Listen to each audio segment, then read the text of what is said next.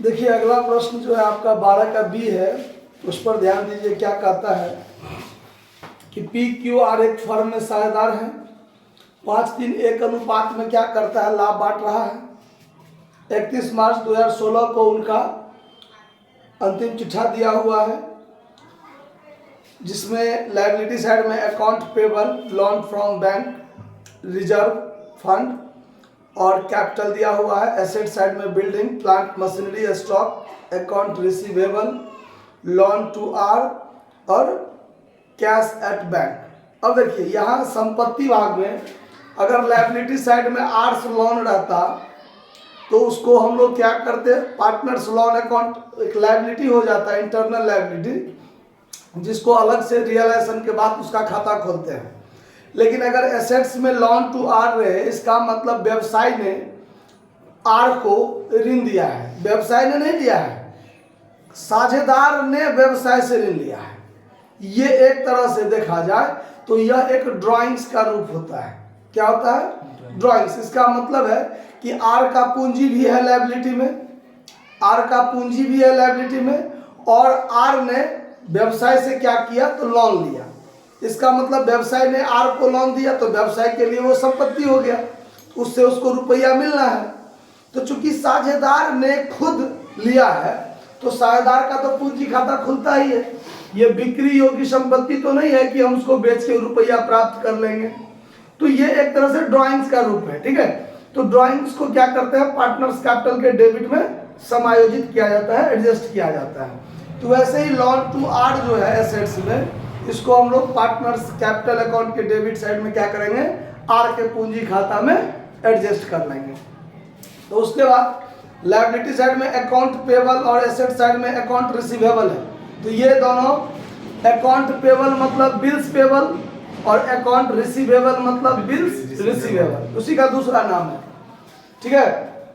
चलिए देखिए, तो अब हम लोग जब यहाँ बनाएंगे रियलाइजेशन अकाउंट, तो डेबिट साइड में क्या लिखेंगे, to sundry assets, to sundry assets. तो सन्ड्री एसेट्स में क्या सब है देखिए, तो बिल्डिंग है 40,000, बिल्डिंग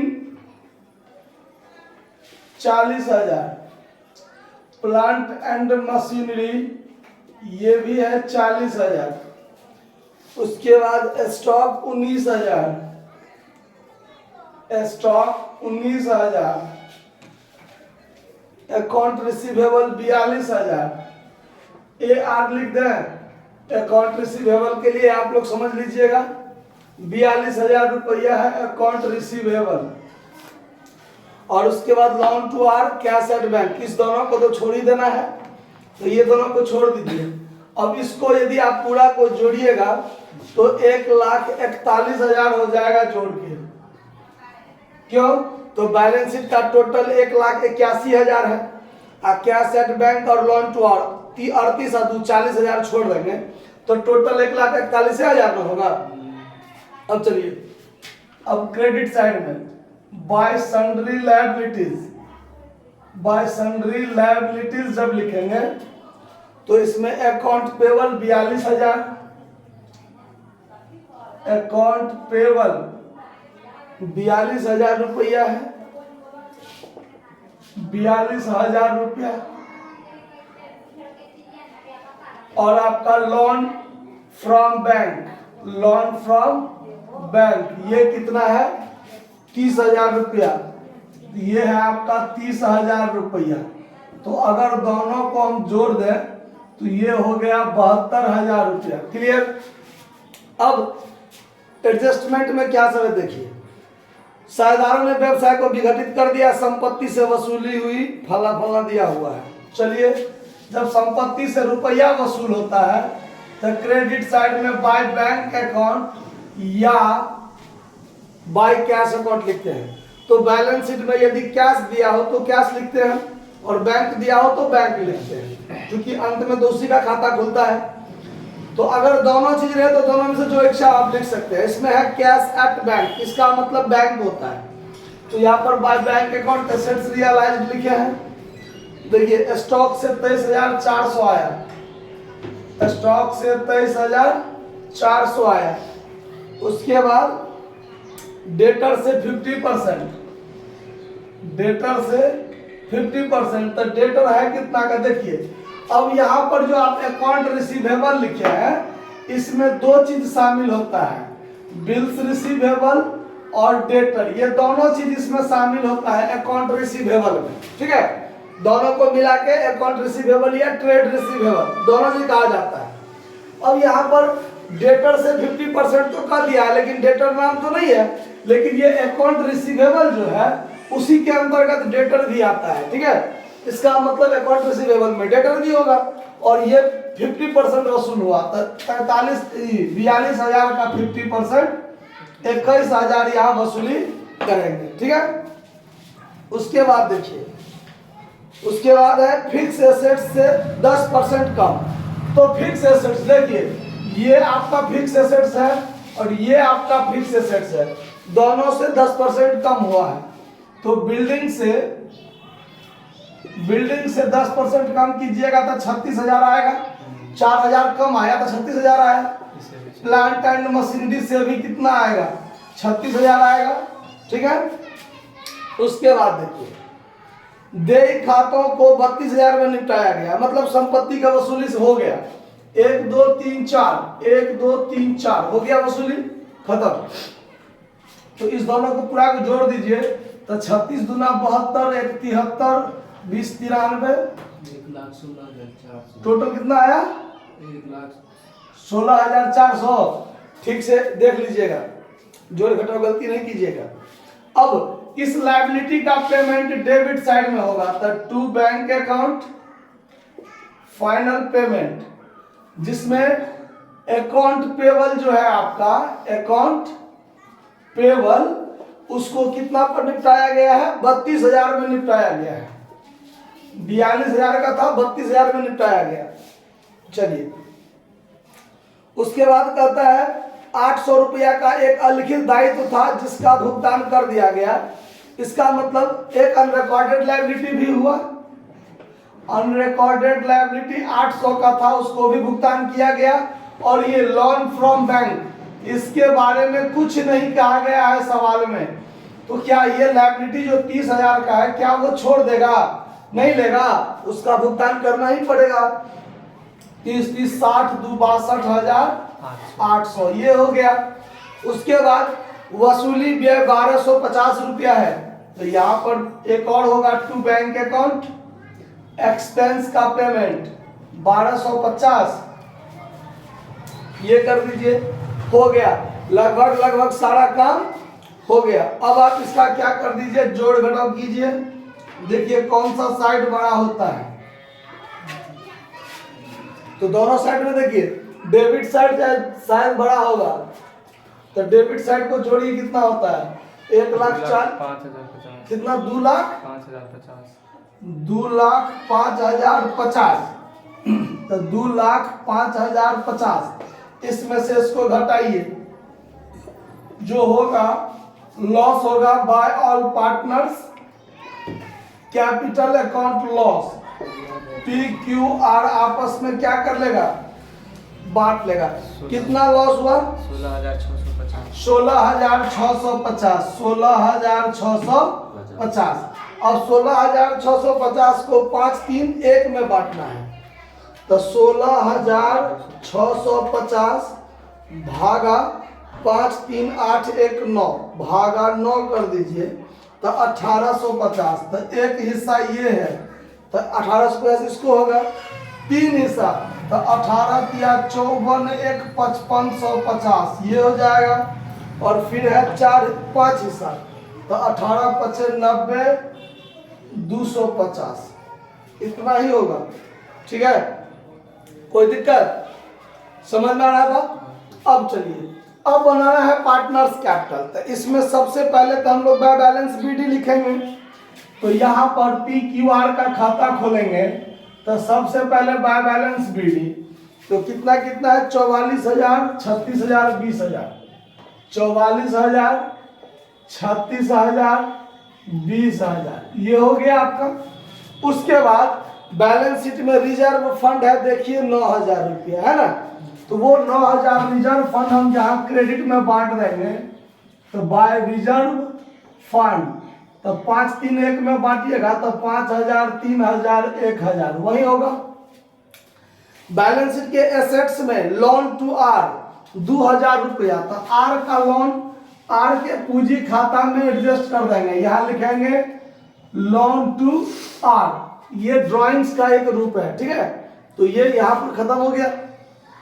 अब चलिए, अब यहाँ देखिए इसमें पार्टनर्स कैपिटल का कहीं नाम है, ये है लॉस, इस लॉस को डेबिट में बांट दीजिए, टू रियलाइजेशन अकाउंट लॉस 9,250, 5,550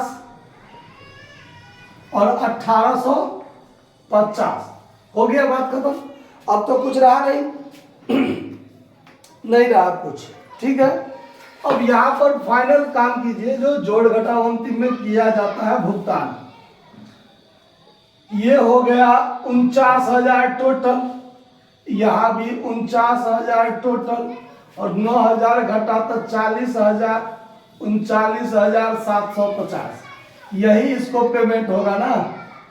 घटा कर देखिए, to bank account final payment, ये हो गया 39,000, 39,000, तो यहाँ भी 39,000, 5,000 घटा तो 34,000, 34,000, 33,450 ये होगा, और ये हुआ 21,000, तो यहाँ भी 21,000, 2,000 घटा 3,000 घटा तो 3,000 घटा तो 18, 17,150।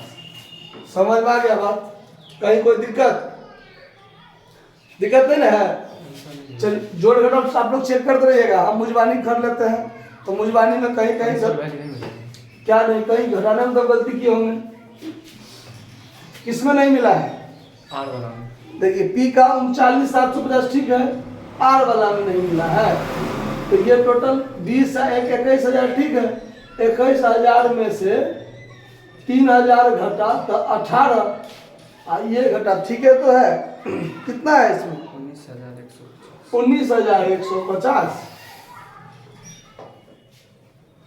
देखिए तब ये क्या होगा, ये जो लोन टू आर है ना, हम इसको ड्राइंग्स के रूप में डाल के इसको पूंजी खाता में एडजस्ट कर दिए हैं, और इसमें क्या किया हुआ होगा, जो इससे 2,000 रुपया अलग से वसूली किया होगा। 2,000 रुपया जैसे लोन अकाउंट में खोलते हैं ना, अलग से उसको फाइनल पेमेंट करते हैं ना, तो उसको क्या किया होगा, उसका एक अलग से खाता खोल के उससे रुपया वसूल कर लिया होगा, मतलब उसके लोन को पूंजी खाता में एडजस्ट नहीं किया होगा। आया बात समझ में? अगर हम इसमें नहीं करेंगे तो 19,150 तो आ ही जाएगा, और तब ये क्या किया होगा, जैसे यहाँ पर लोन टू आर अकाउंट अलग से खोल लिया होगा, अपना भी, ये भी गलत नहीं है, ठीक है। तो दोनों में से जो इच्छा हो आप बना सकते हैं, यहाँ डी आर सी आर, यहाँ पर वो क्या किया होगा, to balance B D, to balance B D 2,000 किया होगा, और बाय बैंक अकाउंट 2,000 उससे अलग से वसूली कर लिया होगा, 2,000 यहाँ टोटल, 2,000 यहाँ टोटल, ये काम किया होगा। अगर हम उससे अलग से रुपया वसूल करेंगे तो यहाँ पर हम उसको 2,000 ज़्यादा पेमेंट करेंगे कि नहीं करेंगे। और हमने क्या किया है, तो उसका जो लोन टू आर है उसको एज ए ड्राइंग्स मान के पूंजी खाता में उसने काट लिया। देखिए हम आपको पेमेंट करेंगे 19,250, आप हमको दीजिएगा 2,000, तो हम क्या कहेंगे, 2,000 आपको देना ही है हमको, तो आप वो काट लीजिए, बाकी 17,150 हम आपको दे देते हैं। ऐसा हो सकता है कि नहीं हो सकता है? तो बस यही बात है यहाँ पे। तो अगर आप यहाँ अगर दीजिएगा, एडजस्ट कीजिएगा लोन अकाउंट को पूंजी खाता में, तो यहाँ पर आप 17,150 से पेमेंट कीजिएगा। अगर आप इसमें नहीं काटिएगा तो बाकी हम यहाँ पर 19,150 पेमेंट करेंगे। तो दोनों में से जो इच्छा हो आप कर सकते हैं। तो हम ये इसको करके चले हैं, तो इसको हम छोड़ देंगे, ठीक है। अगर आप ये काम करके चलिएगा तो यहाँ पर 2,000 नहीं दीजिएगा। आया बात समझ में? तो दोनों में से जो इच्छा हो, तो इसको छोड़ दीजिए, फिलहाल जो हम बनाए हैं उसी पर आप लोग एडजस्ट कर लीजिए, कोई दिक्कत नहीं होगा, ठीक है। अब देखिए, अगर आप यहाँ पर 19,150 पेमेंट कीजिएगा तो यहाँ पर 19,150 लिखिएगा, ठीक है। अगर मान लीजिए अगर हम यहाँ 17,000 लिखे हैं तो यहाँ पर 17,000 दिखाएंगे, दिखाएंगे नहीं दिखाएंगे। ये वाला 2,000 जो वसूली किया वो इधर दिखाए, तो 2,000 इधर दिखाए तो 17,000 इधर दिखाए। अगर मान लीजिए 2,000 अगर नहीं दिखाएंगे तो फिर 19,000 पर काम करना पड़ेगा। समझ में आ रहा बात? चलिए, तो इसको हम लोग छोड़ के चलते हैं, यही वाला अपना सही मान के चलते हैं। दोनों में से जो इच्छा आप कर सकते हैं। अब जब ये बनाएंगे तो ट्रू बैलेंस बीडी, तो ट्रू बैलेंस बीडी आपका कैश कितना है वो देखिए 38,000। तो यहाँ पर कैश हम 38,000 लिखेंगे। उसके बाद वसूली में देखिए इतना वसूली हुआ है 1,16,400। तो यहाँ पर to realisation account assets realise 1,16,400। यहाँ पर 2 बार है टू बैंक अकाउंट, तो 2 बार लिखेंगे बाय रियलाइजेशन अकाउंट। एक बार लायबिलिटी पेड में 62,800 और एक बार फिर लिखेंगे बाय रियलाइजेशन अकाउंट एक्सपेंस के रूप में 1,250। उसके बाद यहाँ से जो फाइनल पेमेंट करेंगे तो bye partners capital account final payment, ठीक है, PQR, तो 39,750, 33,450 और 17,150 पूरे को जोड़िए तो 7 4 11 1 12 1 13 1350 हासिल है, 9 1 10 10 20 हासिल 2 3 3 6 1 7 2 8। देखिए तो जोड़ ठीक है। अभी पूरा को जोड़ना है तो 38 अच्छा 44 10 54 1,54,400। इधर भी जोड़िएगा तो 8 2 10 और 3.5 400। ठीक है, ठीक है कि नहीं? ठीक है, नहीं ठीक है। 90,350 कितना? 3 3 6 6 1 7 और 2 9, ठीक है, 9 होगा 90,350, ठीक है ना। तो हम पहले बोला है कि हम ठकानी मुजबानी जोड़ने में थोड़ा इधर उधर हो सकता है, प्रोसेस गलत नहीं होगा, प्रोसेस सही होगा, ठीक है। तो इसको नोट कर लीजिए। अगर मान लीजिए आप ऐसे बना के दिखाइएगा तो आपका यहाँ पर 19,150 आंसर आएगा और ये 2,000 इधर है तो इधर लिखा आएगा भाई जी। ठीक है। बैंक अकाउंट में 1,56,400 बता रहा हूँ। 1,56,400 देखिए, तो इधर आपका 1,54 लिखा गया ना है। अगर मान लीजिए देखिए, अगर मान लीजिए अगर हम यहाँ नहीं दिखाते हैं तो यहाँ पर हम कितना दिखाएंगे? 20 दिखाएंगे। और यहाँ पर अगर हम 19 दिखाएंगे तो ये मेरा 92 हो जाएगा, तो 56 हो जाएगा है। और ये जो 2,000 इधर आया है तो इधर भी 2,000 आएगा, ये कि नहीं आएगा? अगर इधर 2,000 आएगा तो फिर ये भी 1,56,400 हो जाएगा कि नहीं हो जाएगा? तो दोनों तरीका सेम है।